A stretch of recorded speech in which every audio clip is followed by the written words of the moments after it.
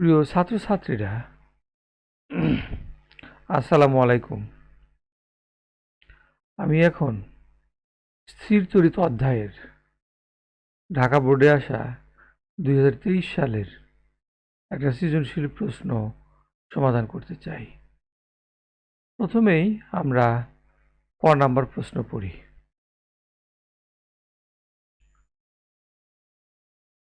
বৈদ্যুতিক দ্বিপোলের সংজ্ঞা দাও। ইলেকট্রিক ডাইপোল বা তড়িৎ দ্বিমেরু এর সংজ্ঞা।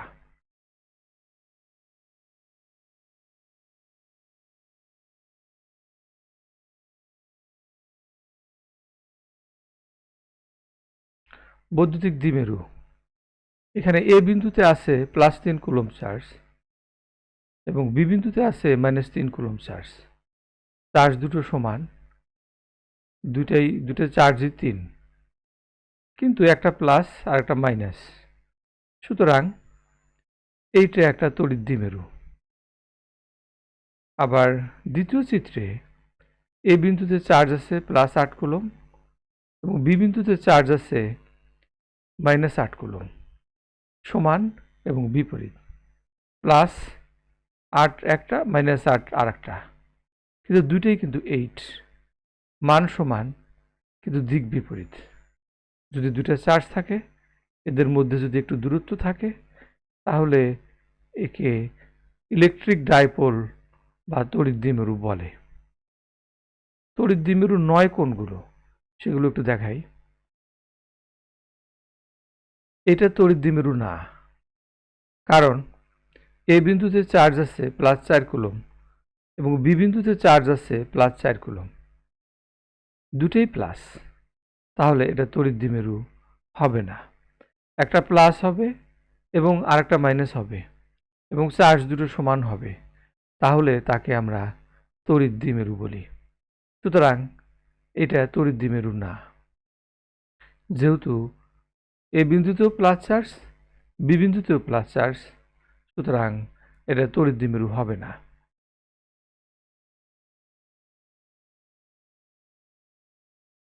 এটাও তড়িৎ দ্বিমেরু হবে না। এ বিন্দুতে চার্জ আছে -6 কুলম্ব এবং বি বিন্দুতে চার্জ আছে -6 কুলম্ব। দুটো চার্জ যদি নেগেটিভ হয়, তাহলে সেটাও তড়িৎ দ্বিমেরু হবে না, যদিও দুইটা সমান। কিন্তু এ বিন্দুতেও মাইনাস চার্জ, বি বিন্দুতেও মাইনাস চার্জ, সুতরাং এটা তড়িৎ দ্বিমেরু হবে না। এটাও তড়িৎ দ্বিমেরু হবে না। এ বিন্দুতে +3 কুলম্ব এবং বি বিন্দুতে -4 কুলম্ব, প্লাস এ বিন্দুতে মাইনাস বি বিন্দুতে, ঠিক আছে, কিন্তু মান সমান না, একটা 3 আর একটা 4, সুতরাং এটা তড়িৎ দ্বিমেরু হবে না। তড়িৎ দ্বিমেরু হওয়ার জন্যে একটা প্লাস হবে আর একটা মাইনাস হবে এবং চার্জ দুটো সমান হবে। আমরা 1 মার্কসের জন্যে 1 লাইন লিখলেই হবে, কিন্তু বিষয়টা বোঝার জন্যে আমি একটু চেষ্টা করলাম।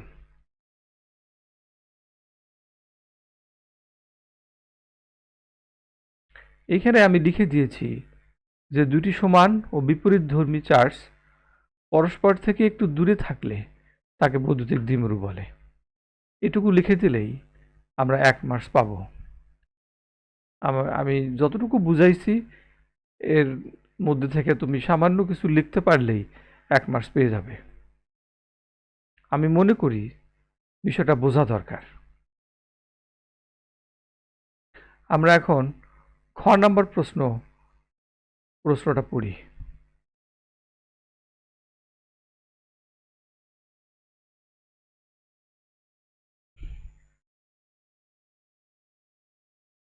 গামা রশ্মি বৈদ্যুতিক ক্ষেত্র দ্বারা বিক্ষিপ্ত হয় না, ব্যাখ্যা করো।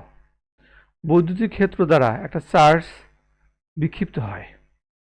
বৈদ্যুতিক ক্ষেত্রের মধ্যে যদি একটা চার্জ থাকে, তাহলে সেই চার্জটা গতিশীল হয়, সেই চার্জের উপরে একটা বল প্রয়োগ হয়।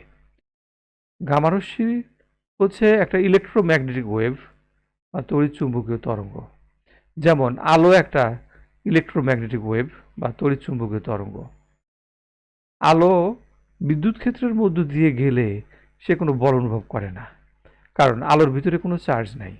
অনুরূপভাবে গামা রের কোনো চার্জ নাই, সুতরাং গামা রে যেহেতু ইলেকট্রোম্যাগনেটিক ওয়েভ, গামা রে যেহেতু তড়িৎচুম্বকীয় তরঙ্গ, ফলে গামা রে যদি তড়িৎ ক্ষেত্রের মধ্যে দিয়ে যায় তাহলে সে কোনো বল অনুভব করে না।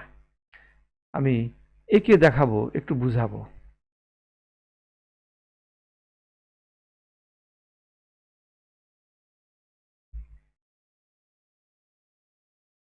এইখানে আমি দেখাইছি এই লাইনগুলো তড়িৎ বলরেখা, তড়িৎ ক্ষেত্র। এর ভিতরে যদি প্লাস কিউ চার্জ থাকে তাহলে আমরা জানি এফ সমান কিউই, এফ সমান কিউই, অর্থাৎ ই যেদিকে এই কিউ চার্জটা সেদিকে যাবে। ই হলো তড়িৎ বলরেখা, ই হচ্ছে তড়িৎ ক্ষেত্র, ই হচ্ছে তড়িৎ প্রাবল্য। এর দিক যেদিকে, ই এর দিক যেদিকে, এফ এর দিক সেই দিকে হবে। অর্থাৎ প্লাস কিউ চার্জটা তড়িৎ ক্ষেত্রের মধ্যে অবস্থিত এবং এই প্লাস কিউ চার্জের উপরে একটা বল ক্রিয়া করবে, সেটা এফ, এবং এই এফ এবং ই একই দিকে হবে। যেহেতু গামা রে একটা তড়িৎচুম্বকীয় তরঙ্গ, এর ভিতরে কোনো চার্জ নাই, সুতরাং গামা রে তড়িৎ ক্ষেত্র দ্বারা বিক্ষিপ্ত হবে না। গামা রে তড়িৎ ক্ষেত্রের মধ্যে গেলে সে কোনো বল অনুভব করবে না, যেমন আলো কোনো বল অনুভব করে না। আলো এবং গামা রের মধ্যে পার্থক্য হচ্ছে এই দুটোই কিন্তু তড়িৎচুম্বকীয় তরঙ্গ, এটা হলো মিল। আর মিল নাই যেটা, সেটা হচ্ছে কম্পাঙ্ক বা তরঙ্গ দৈর্ঘ্যের পার্থক্যের কারণে একটা আলো হয় আর একটাকে গামা রে বলা হয়। আসলে গামা রেও যা, আলোও তাই। আলোও তড়িৎচুম্বকীয় তরঙ্গ, গামা রেও তড়িৎচুম্বকীয় তরঙ্গ। এর ভিতরে কোনো চার্জ নাই, ফলে গামা রে তড়িৎ ক্ষেত্রের মধ্যে দিয়ে গেলে সে কোনো বল অনুভব করে না। আলো যদি তড়িৎ ক্ষেত্রের মধ্যে দিয়ে যায় তাহলে সে কোনো বল অনুভব করে না। আমি এখানে লিখে দিয়েছি গামা রশ্মি তড়িৎচুম্বকীয় তরঙ্গ, এর মধ্যে কোনো চার্জ নাই, তাই গামা রশ্মি তড়িৎ ক্ষেত্র দ্বারা বিক্ষিপ্ত হয় না। আমরা এখন গ নাম্বার প্রশ্ন এর উত্তর দেখতে চাই।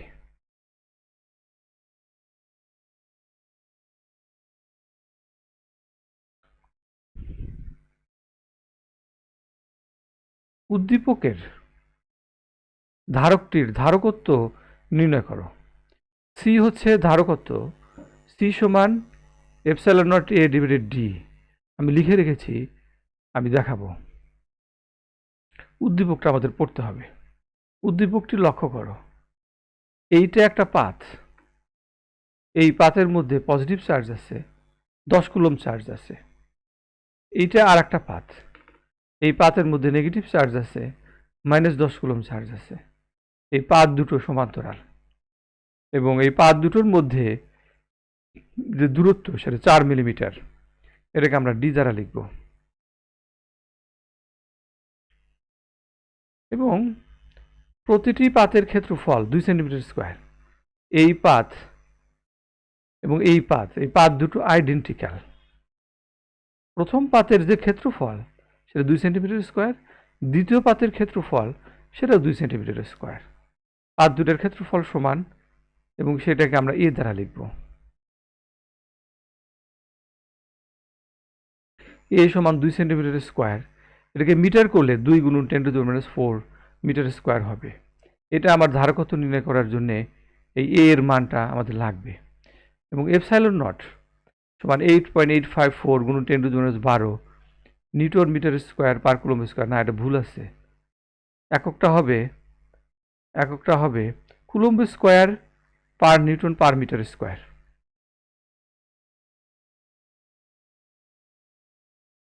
Coulomb square per newton per metre square, এটা হবে এপসাইলন নটের একক। এই এ এর মান, এপসাইলন নটের মান এবং ডি এর মান, মিলিমিটারকে মিটার করতে হবে, 1000 ভাগ করতে হবে, 0.006 মিটার হবে। এইগুলো দিয়েই আমরা এই ধারকের ধারকত্ব নির্ণয় করতে পারি।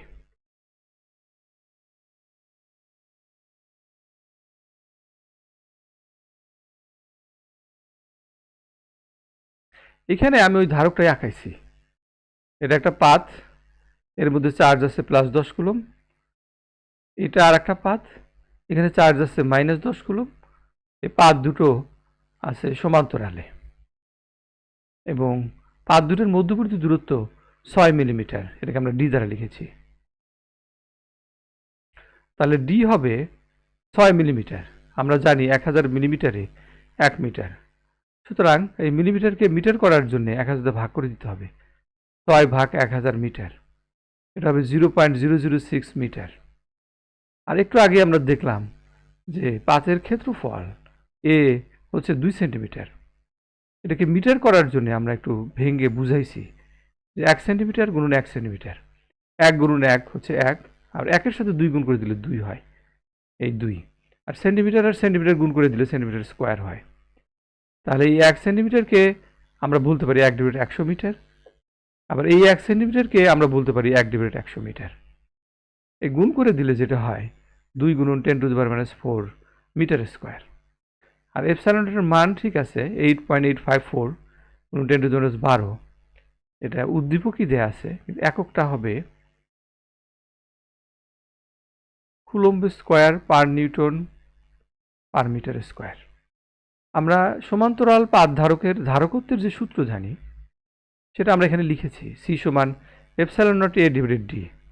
এপসাইলনের মান বসাইছি 8.854 গুণ 10⁻12, আর এ এর মান বসাইছি 2 গুণন 10⁻4, আর ডি এর মান বসাইছি 0.006 মিটার। তাহলে এটা ক্যালকুলেশন করলে যেটা আসে সেটা 2.95 গুণন 10⁻⁻13 ফ্যারাড। এটাই অ্যান্সার, এটাই গয়ের অ্যান্সার। ধারকের সমান্তরাল পাত ধারকের ধারকত্ব হচ্ছে 2.95 গুণ 10⁻13 ফ্যারাড। আমরা এখন ঘ নাম্বার প্রশ্নের উত্তর দেখতে চাই।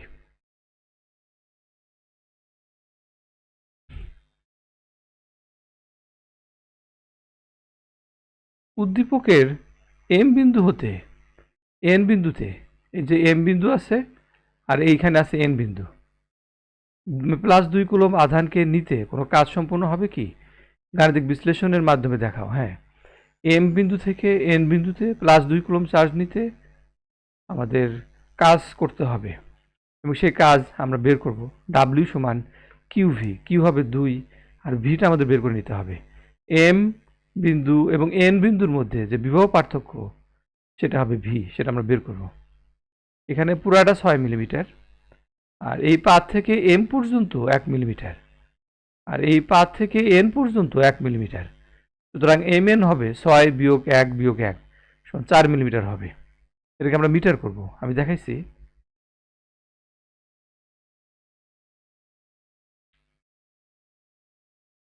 এইখানে এই পুরাটা 6 মিলিমিটার, কিন্তু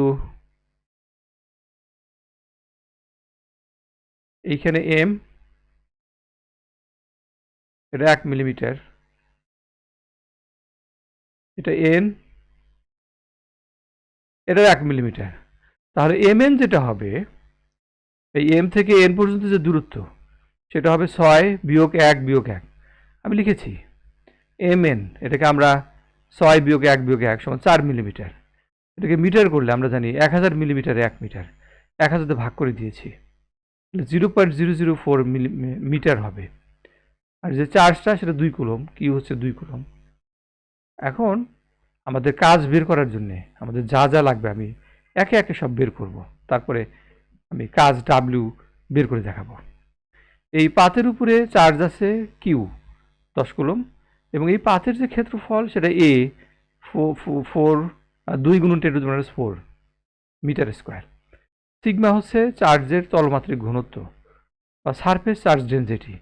পাতটার উপরে একক ক্ষেত্রফলের উপরে যে চার্জ আছে সেটা হলো সিগমা, সিগমা সমান কিউ/টি।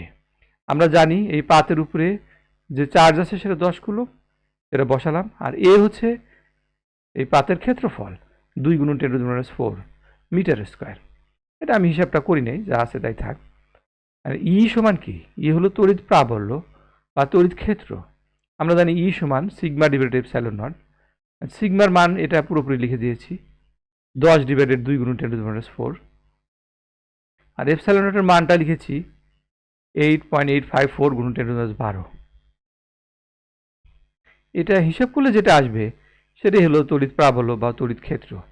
এই প্লাস চার্জ থেকে মাইনাস চার্জের দিকে তড়িৎ বড়রেখা হবে, ফলে এই পাত দুটার মাঝখানে আমাদের তড়িৎ ক্ষেত্র থাকবে, এবং অর্থাৎ তড়িৎ প্রাবল্য থাকবে, তড়িৎ বড়রেখা থাকবে, সেটা হলো ই। এখন এম এবং এন বিন্দুর মধ্যে, এই এম এবং এন বিন্দুর মধ্যে যে বিভব পার্থক্য সেটা ভি সমান ই আর। ই হচ্ছে যে এটা যা আছে পুরাটাই লিখেছি, আর আর হচ্ছে এম বিন্দু এবং এন বিন্দুর মধ্যে দূরত্ব, আমরা এখানে বের করেছিলাম 0.004 মিটার। এটা বসায় দিয়েছি। এইখানে হিসাব করে আমি মানটা একটু বসাতে চাই, যে ভি এর মান যেটা হবে সেটা হলো 2.26 গুণন 10⁻13 ভোল্ট, এত ভোল্ট। এখন আমরা জানি যে ডাব্লিউ সমান কিউভি, কিউ হচ্ছে 2 কুলম্ব। প্রথমেই উদ্দীপকে ঘয়ের মধ্যে বলা ছিল যে 2 কুলম্ব চার্জ, এখানে লিখে রেখেছি 2 কুলম্ব, আর ভি এর মানটা বসায় দিলেই হয়ে যাবে। ভি হচ্ছে 2.26 10⁻13 ভোল্ট। এটা গুণ করে দিলে যেটা হবে সেটাই হলো কাজ।